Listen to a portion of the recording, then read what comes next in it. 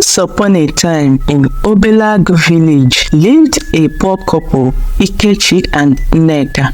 Ikechi was a poor farmer, while Nneka was a small trader. They had a daughter named Ola, a lovely girl envied by other girls and admired by men who wished to marry her. Many suitors had approached Ola's father seeking her hand in marriage, but he was only considering worldly prospects. Ola's father had made it clear to her that she was responsible for lifting their family out of poverty, and he warned her that she could only marry a wealthy man. One day, Ola's father told her, "The time has come for my beautiful daughter to marry the wealthiest man in our village." Ola was depressed, but could not change the situation. On Ola's 20th birthday, her mother surprised her with a goat as a present. Ola was happy because she loved animals. Since childhood, her father prevented her from making friends with her peers. Therefore, she became fond of animals and wished to have one as a pet. She fell in love with the goat the moment she laid her eyes on it. It was a white male goat with exquisite eyes. The more Ola looked at the goat's eyes,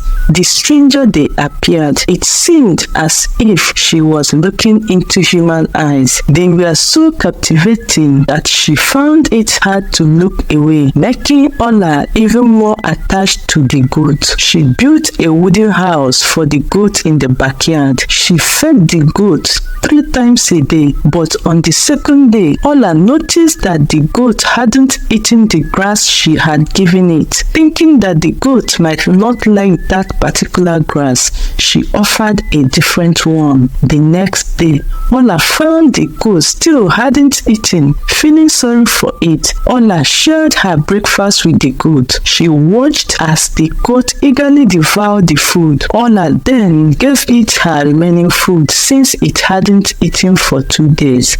After finishing the food, the goat looked at Ola as if thanking her. Whenever Ola looked into its eyes, she felt captivated as if they were trying to convey something to her. One day, Ola was alone in the house after cooking lunch and served the goat's portion of the food. She realized that the goat didn't like eating grass but preferred cooked meals, so she always saved some for it whenever she cooked. After finishing her meal, she took the goat's portion and went to the backyard to feed it. After feeding the goat, she turned to return to the house when she heard a voice say thank you. Ola was shocked as she was alone. "Who is there?" she asked with fear, and the voice told her to turn around. Filled with extreme fear, Ola turned around only to see the goat looking at her. Confused, she wondered who was talking. "Who is there?" she asked again. This time, Ola saw the goat staring at her while talking. "Can you talk?" Ola shouted in fear. "How is this possible?"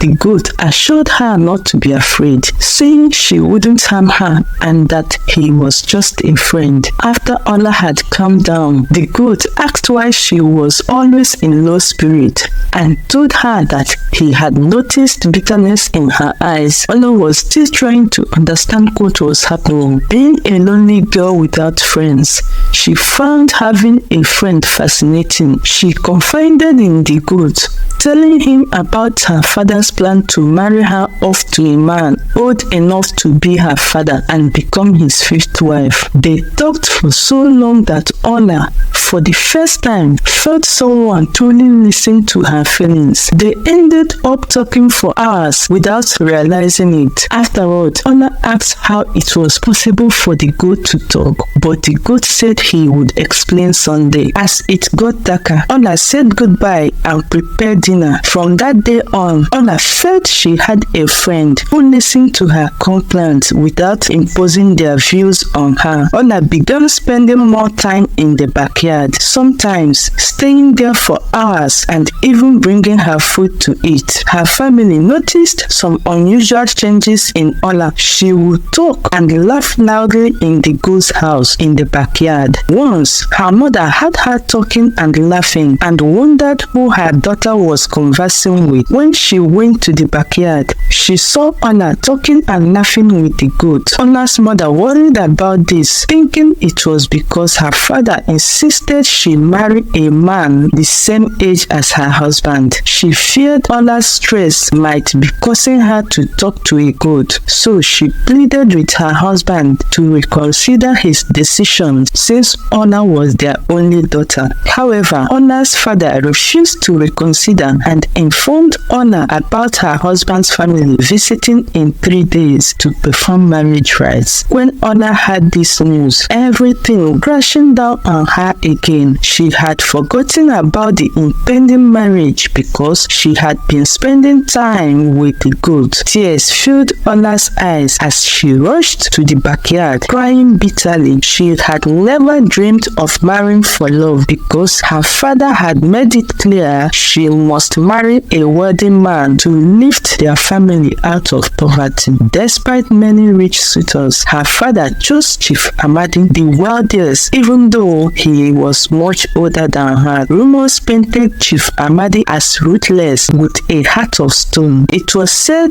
his 4 wives all bore him daughters, and because none gave him a male heir, he abandoned them. It was also rumored that Chief Amadi abandoned his 4th wife in the hospital upon learning she had given birth to a girl, despite the scan indicating a boy. He allegedly beat her into a coma, accusing her of deception. He then left without checking on her or settling the hospital bill. Ola couldn't imagine spending her life with such a man. "I don't want to marry him," Ola murmured tiredly. "If you don't want to marry him, don't go ahead with the marriage." The ghost's voice reassured her. His voice always had a calming and gentle effect on Ola, making her imagine him as a very handsome man due to his attractive voice. As Ola's wedding day neared, she decided to plan her escape. 2 days before the wedding, Ola had a heartfelt conversation with the goat. Enchanted by its melodic voice, "How I wish you could magically turn into a human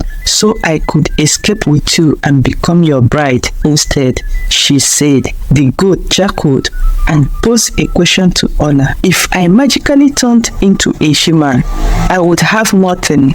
Would you still marry me? As long as you're good to me, I would marry you, and then we could work hard to make money," Ola replied. The goat comforted Ola, assuring her that everything would be alright. They were engrossed in their conversation and didn't notice Ola's mother and her best friend entering the backyard and overhearing everything. Ola's mother began to worry that her daughter might be mentally challenged because of the upcoming marriage. At night, Ola's mother expressed her concern to her husband. "My husband, I think our daughter may be mentally challenged." "What do you mean?" Ola's father replied. "Our daughter often talks to the goat. She even wished to become his bride instead of marrying Amadi."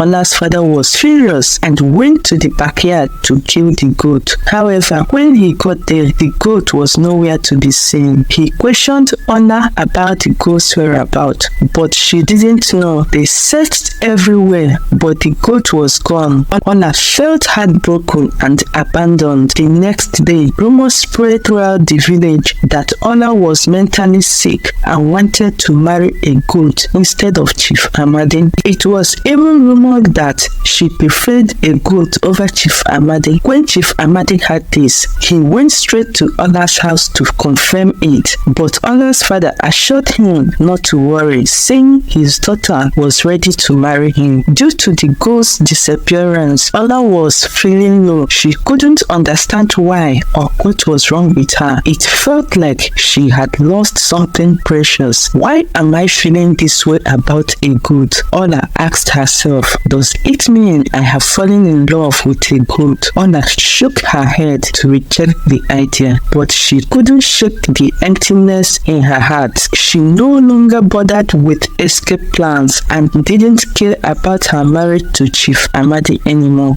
On the day of her traditional marriage, Ola's mother dressed her beautifully and villagers from all around came to witness the ceremony. They had different reasons for coming. Some wanted to confirm if Ola was truly mentally challenged, while others had rumors that she would marry a goat instead of Chief Amadi. When the time came, Chief Amadi and his entourage arrived to perform the marriage rites. A cup of wine was given to Ola by her father to indicate her chosen husband. Following the village tradition, in Obelag village, it was customary for a medium to offer a cup of wine during the marriage rites. According to tradition, presenting the cup of wine to a man signifies her acceptance of him as her husband. Ola had no choice but to offer the wine to Chief Amadi. However, as she was about to kneel before him and present the cup to Chief Amadi, something unexpected occurred. "Stop!" a voice yelled out.